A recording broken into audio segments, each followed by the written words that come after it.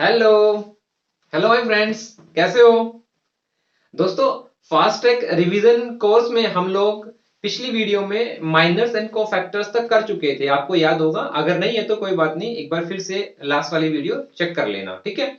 आज हम fast track revision course में माइनर्स एंड कोफैक्टर्स के आगे कंटिन्यू करते हैं, उसकी प्रॉपर्टी से स्टार्ट करते हैं। लेट अस सी। देखो, फास्ट इसमें एक मैं आपको डिटरमिनेंट बना के दिखा रहा हूं। यहाँ पे ए कोई डिटरमिनेंट है, A11 इसका एलिमेंट है A12 and A13. The next one is A21, A22 and A23. A31, A32 and A33. इस डिटरमिनेंट की हेल्प से मैं आपको क्या सिखाऊंगा, दो प्रॉपर्टीज है जो बहुत इंपॉर्टेंट है और एनसीईआरटी की प्रॉपर्टीज है, ठीक है। वो ध्यान रखना, इसका एनसीईआरटी में एक ही क्वेश्चन है। और प्रॉपर्टी नंबर 1, इसको मैं P1 से शो कर रहा हूं। देखो, पहली प्रॉपर्टी के लिए आपको एटलीस्ट दो रो रिक्वायर्ड होंगी या फिर कोई भी दो कॉलम रिक्वायर्ड होंगे। ये प्रॉपर्टी है तो रोज में लगती है ओनली, या फिर कॉलम्स में अप्लाई होती है। तो मैं आपको ना दोनों से करके दिखा दूंगा, ये ध्यान से समझना। तो फर्स्ट ऑफ ऑल मैं R1 और R3 दो रो सेलेक्ट कर रहा हूं। और हाँ, कोई भी दो रो आप चूज कर सकते हो। मैंने तो R1 और R3 किए, आप कोई भी कर सकते हो। या तो R1 R2 कर सकते हो, R2 R3 भी कर सकते हो, एनी टू रोज। तो first of all I will solve this property using R1 and R3। मैं लिख देता हूं यहां पे, इसको नोट भी कर लेना, using R1 and R3, right. देखो, R1 जो रो है ये मैंने एरो से मार्क कर दी और R3 ये दूसरे एरो से मार्क कर दी है। प्रॉपर्टी क्या कहती है कि जो फर्स्ट रो है उसका फर्स्ट एलिमेंट हमने ले लिया A11। जो थर्ड रो है उसका जो इस रो के फर्स्ट एलिमेंट के कॉरस्पॉन्डिंग एलिमेंट है उसका कोफैक्टर ले लेंगे, यानी कि A11 की कॉरस्पॉन्डिंग A31 है, तो A31 इसका कोफैक्टर है, इससे मल्टीप्लाई कर देंगे, एडिशन का साइन। देन A12 इसकी कॉरस्पॉन्डिंग जो इसका एलिमेंट कोफैक्टर है A32। ध्यान रखना, ये इसका एलिमेंट नहीं आएगा दूसरी रो का, इसका आएगा कोफैक्टर। नेक्स्ट वाला एलिमेंट फिर ऐड का साइन लगा देते हैं, प्लस का A13, और फिर इस वाले का कोफैक्टर, दैट मींस कि A33। अगर आप ऐसे किसी एक रो के एलिमेंट को उसके कॉरस्पॉन्डिंग दूसरी रो के कोफैक्टर से मल्टीप्लाई करके अगर ऐड कर देते हो तो उस एक्सप्रेशन का आंसर आएगा 0। ठीक, it is a wonderful property. इसका एनसीईआरटी में कोई क्वेश्चन नहीं है, लेकिन बोर्ड में क्वेश्चन आने के चांसेस होते हैं, राइट। दूसरा, इस प्रॉपर्टी को आप खुद भी बना सकते हो। ये मैंने R1 और R3 का यूज करके बनाया है, तो आप ऐसे ही R1 और R2 में लगा सकते हो या R2 और R3 में भी अप्लाई कर सकते हो। सेम प्रॉपर्टी आप कॉलम वाइज भी लगा सकते हो, ठीक है। आप कॉलम वाइज कैसे लगाएंगे, चलो एक मैं बना के दिखा देता हूं, फिर आप एक खुद बना के देख लेना। कॉलम, कोई भी दो कॉलम चूज कर लो। इसमें मान लेते हैं कि मैं कॉलम ले रहा हूं, कॉलम 2 और column 3, using C2 and C3। ध्यान से देखना, using C2 and C3। Column 2 में जो इसका एलिमेंट है, ये देखो कॉलम 2 ये और कॉलम 3 ये, इसके कॉरस्पॉन्डिंग ये एलिमेंट हो गया, इसके कॉरस्पॉन्डिंग ये एलिमेंट और इसके कॉरस्पॉन्डिंग ये वाला एलिमेंट। तो फर्स्ट वाले का यानी कि कॉलम 2 का हम एलिमेंट लेते हैं A12, इसके कॉरस्पॉन्डिंग इसका कोफैक्टर A13 का, तो that will B capital A13 plus A22, इसकी corresponding A23 plus A32 and इसके कॉरस्पॉन्डिंग A33। इसको मल्टीप्लाई करके अगर आप ऐड कर दोगे, again you will get the 0। Her expression में आपका आंसर 0 ही रहेगा। अगर आपकी वो दो प्रॉपर्टी, सॉरी दो रो ले रहे हो या तब भी, और या फिर दो कॉलम्स, इस तरह से आपसे कई सारी प्रॉपर्टीज खुद से भी बना सकते हो। क्वेश्चन पे डिपेंड करता है वो, राइट। अच्छा, दूसरी प्रॉपर्टी मैं आपको सिखाऊंगा। दूसरी जो प्रॉपर्टी है वो सिर्फ या तो रो के साथ होती है या फिर कॉलम के। मेरा कहने का मतलब है उसमें दो रो रिक्वायर्ड नहीं होती या दो कॉलम नहीं, सिर्फ एक रो या एक कॉलम से ही काम चल जाता है। या वो कह सकते हो कि वो प्रॉपर्टी सिर्फ एक रो या एक कॉलम के लिए होती है। अब मान लेते हैं कि वो प्रॉपर्टी मैं तुम्हें कॉलम, सॉरी रो 2 से दिखा रहा हूं बना के, दैट शुड बी रो 2। अब रो 2 सेलेक्ट की है मैंने, A21 इसका ये एलिमेंट हो गया और इसी का कोफैक्टर दैट मींस के A21, ये थोड़ा आसान है याद रखना। फिर A22 इसी का कोफैक्टर A22 प्लस A23 और इसी का फिर कोफैक्टर दैट मींस के A23। यहां से आपको मिलेगा delta. You know what is delta? मैंने लास्ट वीडियो में आपको सिखाया था कि डेल्टा होता है value of determinant, value of determinant. ऐसा आप कोई भी रो या कोई भी एक कॉलम सेलेक्ट करो और उसके एलिमेंट को उसी के कोफैक्टर से मल्टीप्लाई कर दो, आंसर आ जाएगा आपका क्या, वैल्यू ऑफ डिटरमिनेंट आ जाएगी, है ना। अब ऐसे ही आप ले सकते हो कोई, मैंने ये रो 2 ली थी, कॉलम 1 से लेते हैं यूजिंग C1। C1 के अकॉर्डिंग अगर मैं इस प्रॉपर्टी को बनाना चाहूं तो C1 इज दिस वन, तो A11 इसी का cofactor capital A11 plus A21 इसी का cofactor A21 plus A31 into A31। फिर से आपको डिटरमिनेंट की वैल्यू मिल जाएगी, राइट। ये बहुत इंपॉर्टेंट प्रॉपर्टी है, तो ये ध्यान से सीखनी है और इनको एक दो बार रिवाइज भी कर लेना फिर, क्योंकि इनकी क्वेश्चंस नहीं एनसीईआरटी में। आपको सिर्फ प्रॉपर्टी याद रखनी है, क्वेश्चन खुद भी बना सकते हो और कर भी सकते हो, तो अगर डिफरेंट क्वेश्चन आते हैं तो, राइट। नेक्स्ट कम टू, अब हम सीखेंगे adjoint of A matrix. Adjoint of A matrix मैं आपको एक एग्जांपल से लेके बताऊंगा। Now we'll learn what adjoint of a matrix.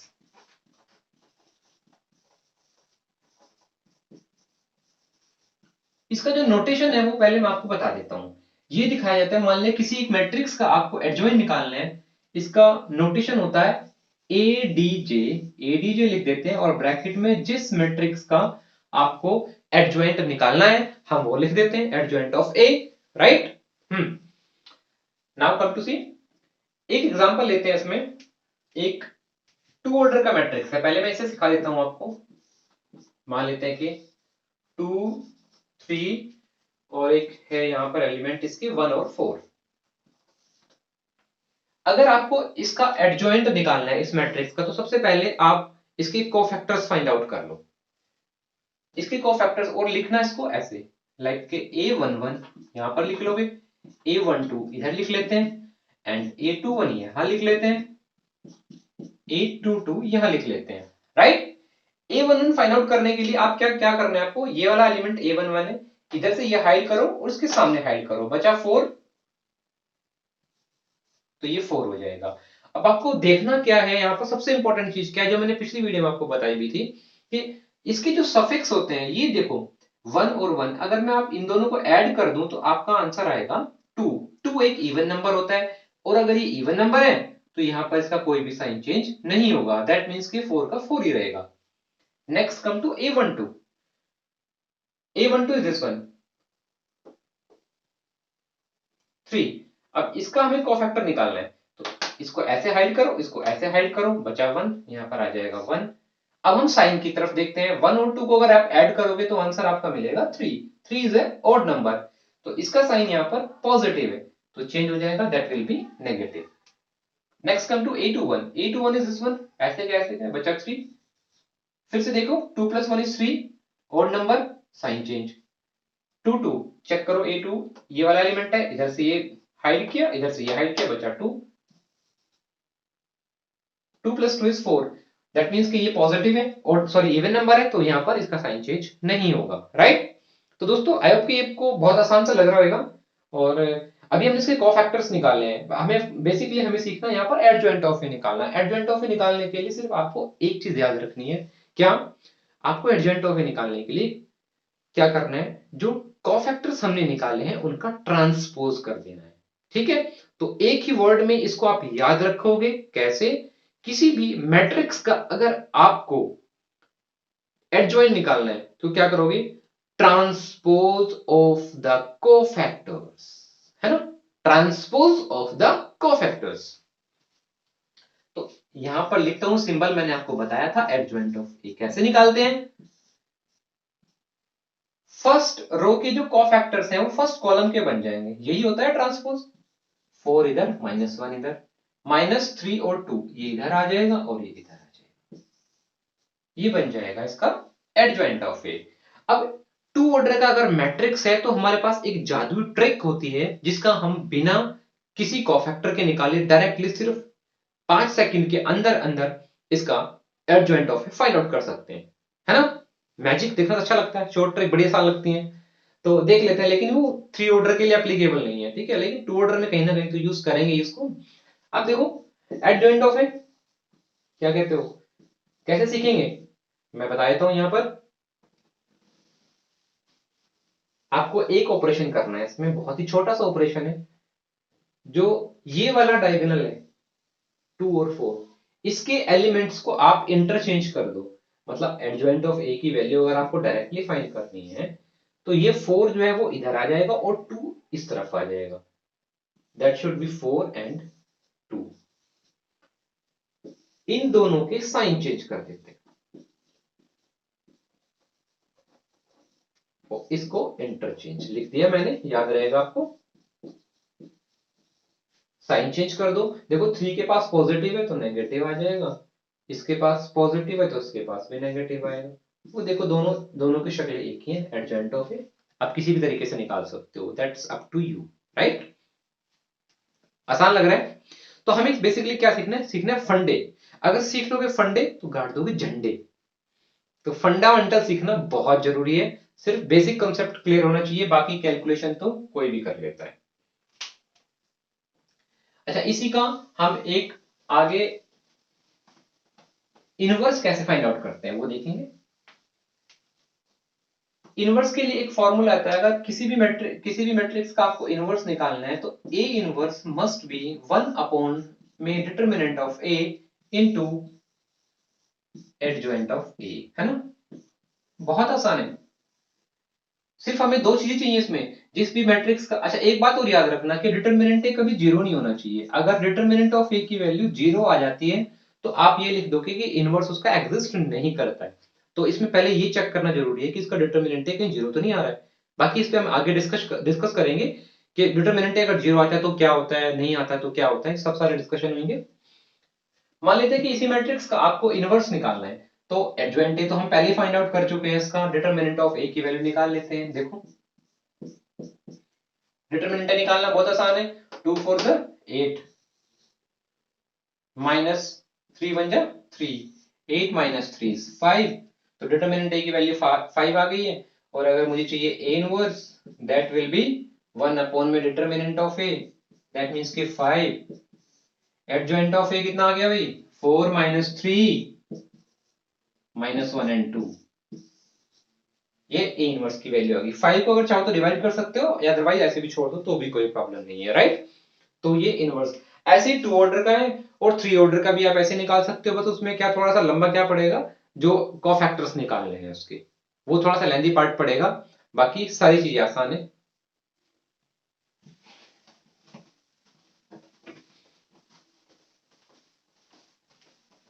Next come to, ये भी एक बहुत इंपॉर्टेंट टॉपिक है, इस पे एक बड़ा क्वेश्चन आता है जो हम आगे पढ़ने जा रहे हैं अभी।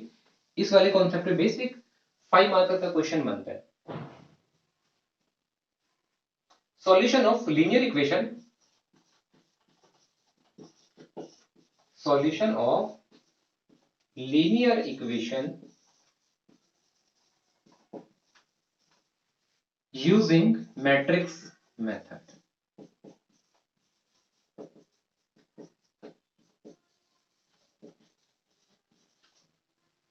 ठीक है, अब देखो सिस्टम ऑफ लीनियर इक्वेशन आपको कैसे दिया हुआ, a1x plus b1y plus c1z is equal to d1। दूसरी एक इक्वेशन अगर इस टाइप की आपको दी हुई a2x plus b2y plus c2z is equal to d2। तीसरी a3x plus b3y plus c3z is equal to d3। अब मैं क्या करूंगा, यहां पर इसको बना लेते हैं। ये जो कोफिशिएंट ऑफ x है हम यहां पे लिख लेते हैं a1 a2 a3, right, b1 b2 b3, C1 C2 C3। Boring तो नहीं हो रहा भाई? ये मैट्रिक्स बना लो इसको, देखो जल्दी आप आंसर आने वाला है। ये सारा सिस्टम ऑफ लिनियर जो दिख रहा है ना तुम्हें, ये भयंकर सी चीजें क्या बना रहा हूं मैं, ये सारी चीजें अभी तुम्हें एक एग्जांपल से अच्छे तरीके से समझा दूंगा। एक्स वाई जेड, लेकिन ये पैटर्न याद होना बहुत जरूरी है, D1 D2 D3। ऐसे आपको कोई भी सिस्टम ऑफ लीनियर इक्वेशन दिया होगा, उसको इस फॉर्मेट में चेंज कर लेंगे, और फिर इसके बाद इस मैट्रिक्स को हम नाम देंगे ए का, इसको देंगे बी का नाम देंगे, और इसको देंगे, सॉरी इसको एक्स देंगे, इसको बी देंगे। बेसिकली हमें यहाँ से एक्स मैट्रिक्स फाइंड करना है, क्योंकि X Y Z X matrix के एलिमेंट्स हैं। इसे फाइंड आउट करने के लिए एक तरीका होता है, अगर हर क्वेश्चन में आपको ये वाला जो स्टेप दिखाने जा रहा हूँ ये जरूर करना है। ए एक्स, ये इक्वेशन जब बना लोगे आप, A X is equal to B वाली, इसमें आप ए इनवर्स से प्री मल्टीप्लाई कर देना, A inverse A X is equal to A inverse into B, right. अब ए इनवर्स ए होता है I matrix which is identity, और आइडेंटिटी मैट्रिक्स को अगर हम किसी भी मैट्रिक्स से मल्टीप्लाई करते हैं तो वापस मैट्रिक्स आ जाता है। अच्छा, अगर इस क्वेश्चन में आपको एक्स मैट्रिक्स फाइंड आउट करना है तो ये आपको बात अच्छे से समझ में आ गई होगी कि आपको you have to find out the A inverse also. मतलब ए इनवर्स के लिए वही सारा कॉन्सेप्ट आपको रिवाइंड होना चाहिए कि 1 upon determinant into adjoint of A वाला फॉर्मूला लगाना है, एडजॉइंट ऑफ ए निकालना है, डिटरमिनेंट निकालना है, और वैल्यू पुट कर देना, ए इनवर्स आ जाएगा। जैसे ए इनवर्स आ जाएगा फिर B matrix, you know what is B matrix, ये वाला, इस मैट्रिक्स से मल्टीप्लाई कर देना तो एक्स मैट्रिक्स आ जाएगा। एक्स मैट्रिक्स का मतलब एक्स वाई और जेड की वैल्यू आ जाएंगी। इसको हम एक क्वेश्चन से सॉल्व कर लेते हैं। क्वेश्चन, ये मैं एक क्वेश्चन है एनसीईआरटी से ले रहा हूं,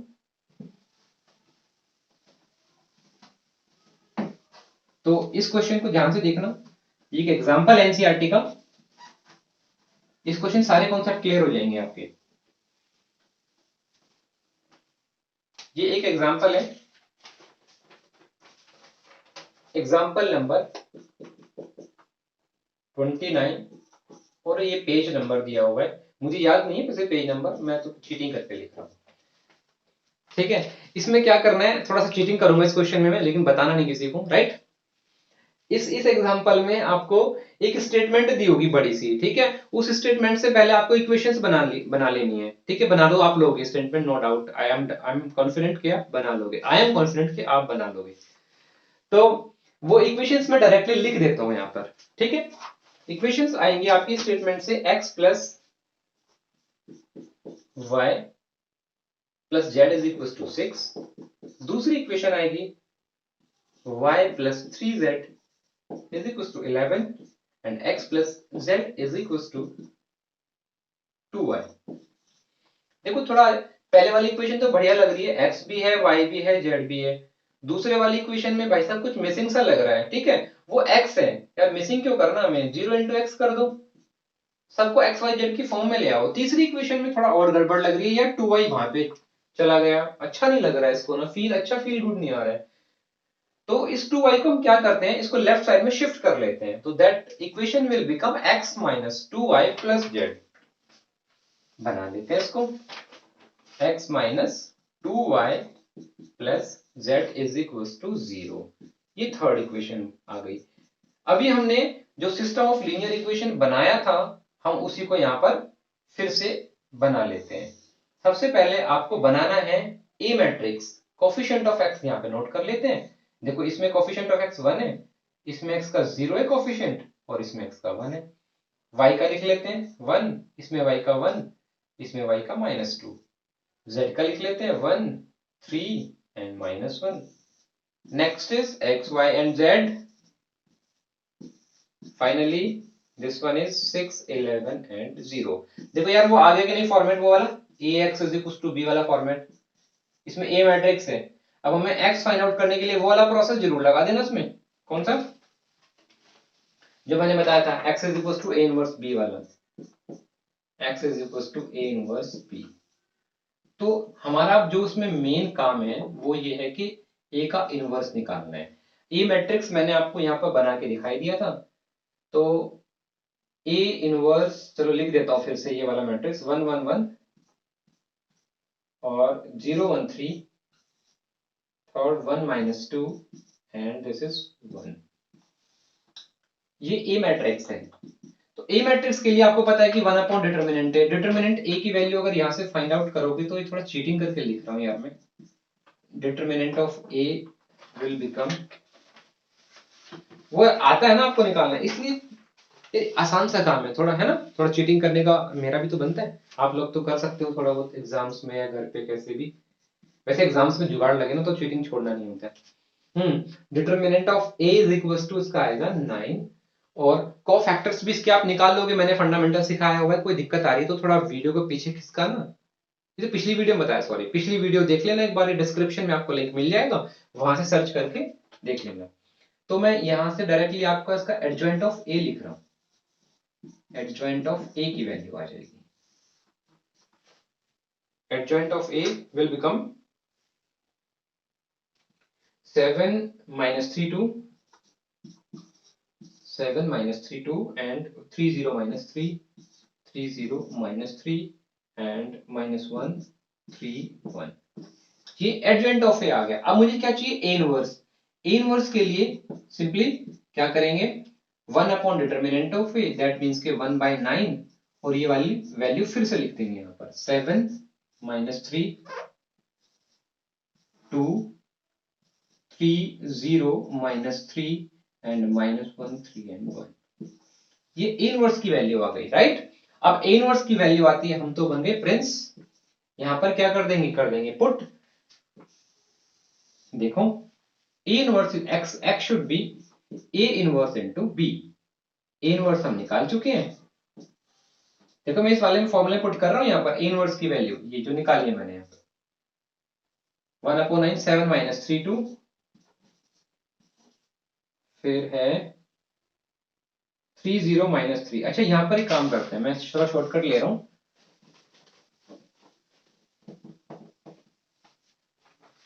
यहां से डायरेक्टली मैं x की वैल्यू कैसे लिख लेता हूं, x is equal to a inverse into b। x is equal to a inverse into b, यहां पे लिख लेते हैं, सॉरी।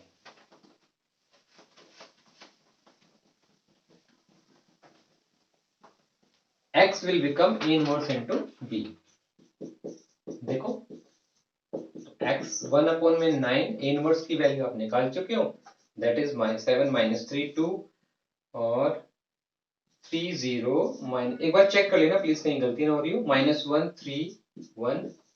और बी मैट्रिक्स हमें पता था ऑलरेडी, बी मैट्रिक्स यहाँ पे लिखा हुआ था मैंने, वो चेक कर लेना 6 11 और 0। अब यूज करते हैं अपने मैट्रिक्स वाले स्किल्स।